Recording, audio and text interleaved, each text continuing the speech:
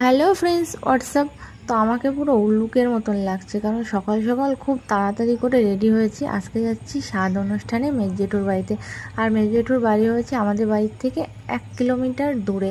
ওই জন্য আর বেশি ভালো করে রেডি হয়নি। এসে দেখি দুটো বাচ্চা ডান্স করছে যেখানে অনুষ্ঠানটা হবে সেখানে। তাই ওদের ডান্সটা একটু তুললাম। আর বৌদি আমাকে জিজ্ঞাসা করছে, ভিডিও করছো? আমি বললাম হ্যাঁ। তা বললো একটু ফটো তুলবে। আমি বলছি আচ্ছা ঠিক আছে।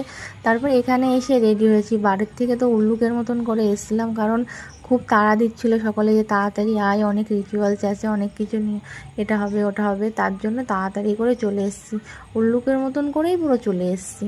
তো কী করব, এখানে সব আয়োজন আমি আসার পরে তো দেখলাম যে অনেক রিচুয়ালসই হয়ে গেছে। যতটুকুনি শেয়ার করার করেছি তোমাদের সঙ্গে। দেখো, আর এই দেখো এখানে বৌদির সামনে নানান রকমের খাবার সাজিয়ে দেওয়া হয়েছে। আর একটা বাচ্চা মেয়ে, আমি ভিডিও করছি বলে আমার ভিডিওর সামনে একটা গোলাপ ফুল নিয়ে এসে ধরলো। তো